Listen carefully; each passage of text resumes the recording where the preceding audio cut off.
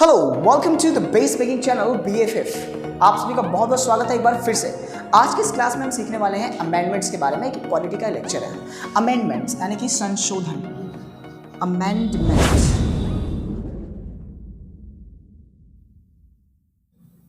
Right, अभी ये संशोधन है क्या चीज़? देखो, हमारे कॉन्स्टिट्यूशन में, हमारे संविधान के अंदर जो पार्ट नंबर 20 है, part number 20, article number 368, article number 368 के पास ये ताकत है, यानी कि पार्लियामेंट को एक ताकत देती है। पार्लियामेंट की एक ताकत है ये कि ये हमारे कॉन्स्टिट्यूशन में कोई भी चेंज, कोई भी अमेंडमेंट लगा सकता है, कोई भी अमेंडमेंट कर सकता है, बदलाव कर सकता है। बदलाव क्यों होते हैं हमारे कॉन्स्टिट्यूशन में? जब भी हमें कोई नीड होती है, कोई आवश्यकता होती है, कोई ज़रूरत होती है, तो उसी के अनुसार हमारे कॉन्स्टिट्यूशन में अमेंडमेंट किया जाता है, संशोधन किया जाता है। कोई बातें नहीं जोड़ी जाती है, कोई बातों को हटा दिया जाता है, इस तरीके का काम होता है। तो वो पावर किसके पास है? पार्लियामेंट के पास। और कौन से आर्टिकल डील करता है? Article number 368, 368। इसके तहत पार्लियामेंट कॉन्स्टिट्यूशन में कोई भी संशोधन कर सकती है। लेकिन पार्लियामेंट भी कुछ ऐसे उसमें नियम लिखे गए हैं जिसको ये बदल नहीं सकती। उसको बोलते हैं बेसिक स्ट्रक्चर। बेसिक स्ट्रक्चर को पार्लियामेंट भी चेंज नहीं कर सकती है। बेसिक स्ट्रक्चर मतलब फंडामेंटल राइट्स, आपके जो मूलभूत अधिकार हैं, इसमें कोई भी चेंजेस नहीं किया जा सकता है, ना कि प्रियम्बल में चेंजेस किया जा सकता है। प्रियम्बल में एक बार ही चेंज हुआ था, राइट। अब उसके बाद से अब नहीं किया जा सकता है। ये केशवानंद भारती केस, आपको पता होगा, Kesavananda Bharati case versus state of Kerala.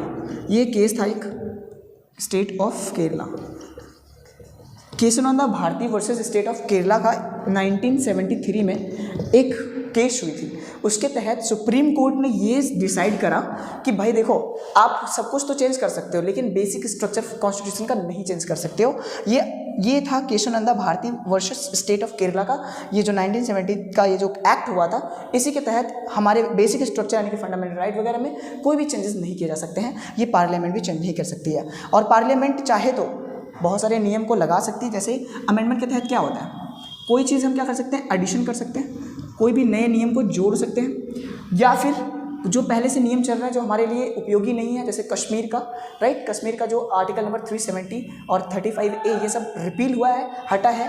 तो रिपील मतलब हो जाता है हटा देना, ठीक है।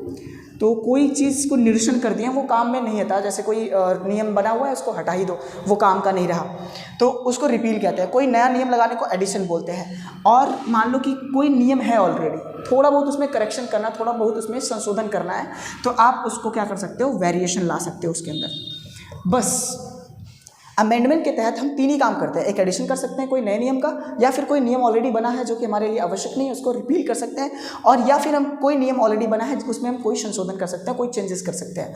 तो ये सारी की सारी ताकत किसके पास है? पार्लियामेंट के पास है। लेकिन पार्लियामेंट भी बेसिक स्ट्रक्चर को चेंज नहीं कर सकता है।